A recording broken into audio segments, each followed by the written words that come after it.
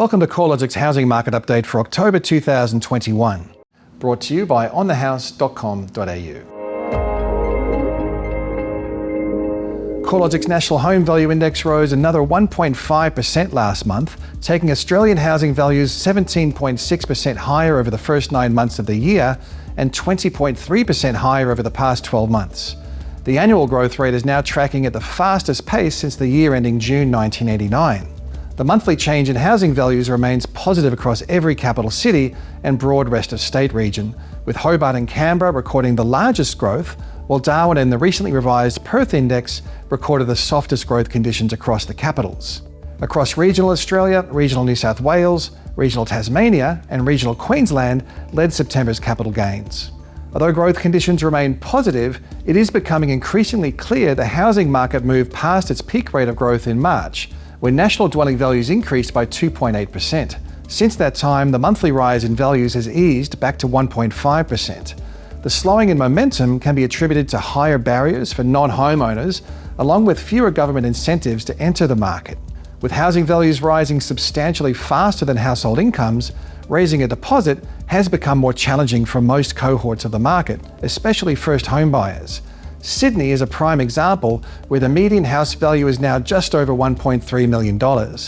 In order to raise a 20% deposit, the typical Sydney house buyer would need to raise about $262,300. Existing homeowners looking to upgrade, downsize or move home may be less impacted as they have had the benefit of equity that's accrued as housing values have surged. The slowdown in first home buyer activity can be seen in lending data, where the number of owner-occupier first home buyer loans has fallen by 23% between January and August. Over the same period, the number of first home buyers taking out an investment housing loan has increased, albeit from a low base, by 43%, suggesting more first home buyers are choosing to rent-vest as a way of getting their foot in the door. Despite worsening affordability, house values are still generally rising faster than unit values, a trend that's been evident through most of the COVID period to date, especially across the capital cities. Hobart and Darwin are the only capital cities where this trend has not occurred, with unit values rising 5.4 percentage points and 4.8 percentage points more than house values, respectively, over the past 12 months. The reason for this outperformance of the Hobart and Darwin unit markets looks to be quite different.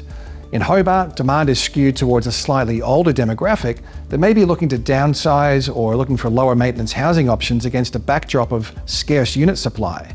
In Darwin, the unit sector has moved through a long-running oversupply that has driven housing prices lower. While the median value of a unit in Darwin is the lowest of any capital city, unit rents have surged 20.3% higher over the past year, driving gross rental yields to 6.9%. The stronger performance of house values relative to unit values is less obvious outside of the capital cities. The differential between annual house and unit growth rates in the combined capital cities was 12.3 percentage points in the 12 months to September, compared to a 1.9 percentage point difference across regional Australia. In fact, the September quarter saw unit values rising faster than house values across regional Australia. This is probably a reflection of stronger demand for downsizing options and holiday homes in popular coastal markets. Persistently low advertised supply remains a key factor placing upwards pressure on housing values across the country. In a positive sign, the trend in new listings added to the marketplace is now rising, albeit from a low base.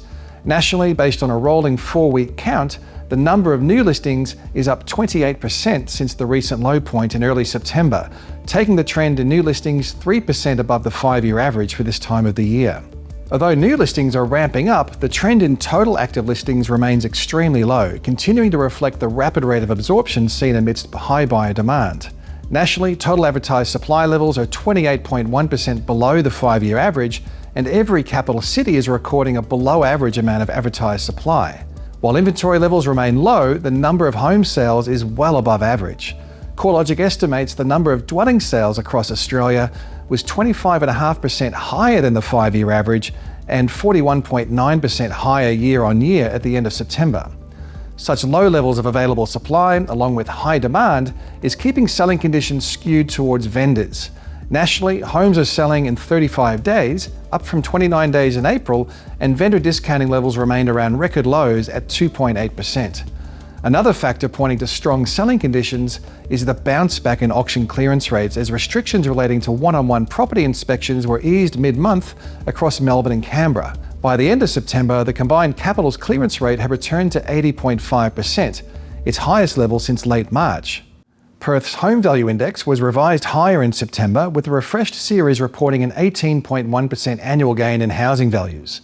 The strong annual capital gain comes as the monthly rate of growth consistently eases from a high in February of 2.7% to 0.3% in September. The slowing of the growth rate in housing values has occurred alongside a 10% reduction in the value of home lending since February this year, led by a 39% reduction in first homebuyer lending. Stock levels remain low, tracking almost 27% below the 5-year average, but new listings added to the marketplace are now almost 7% above average as vendors take advantage of the strong selling conditions. Across the sub-regions of Perth, the annual rate of growth has ranged from a 13.6% rise in values at Armidale to a 21.8% lift in values across the Cottesloe and Claremont region. Overall, housing trends around Australia remain positive. Growth in housing values is being supported by an expectation that mortgage rates will remain at record lows for an extended period of time, while strong demand is occurring alongside persistently low advertised supply levels.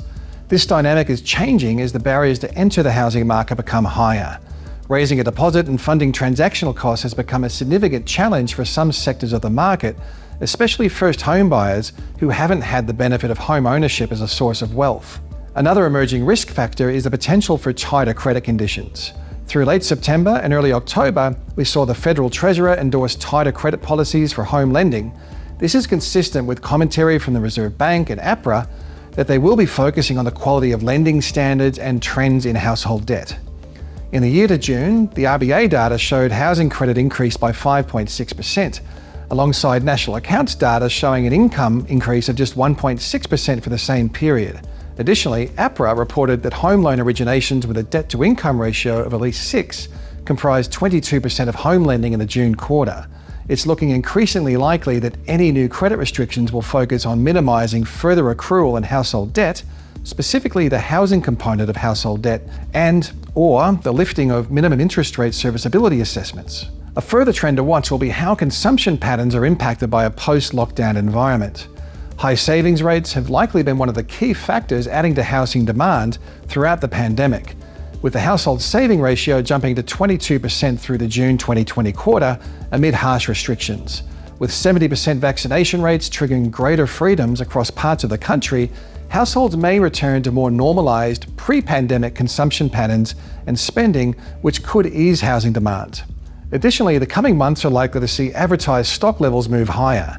The spring selling season has been delayed to some extent by lockdowns in Sydney, Melbourne and Canberra. However, the recent trend has shifted towards a rising number of new listings. As demand becomes more constrained from worsening affordability and potentially tighter lending conditions, advertised stock levels may start to normalise over the final quarter of the year. This could take further heat out of the marketplace as buyers benefit from more choice and less urgency. Despite the potential headwinds to house price appreciation, monetary policy remains accommodative of high housing demand. In its latest board meeting minutes, the RBA reiterated the cash rate was unlikely to move higher until 2024. Market momentum remains strong, with monthly growth in housing values nearly 4 times the decade average of 0.4%, while indicators suggest it's still very much a seller's market. It looks like there are plenty of trends to keep an eye on throughout October. We'll have our next update out in early November, but in the meantime, you can keep up to date with the flow of housing market research at CoreLogic.com.au.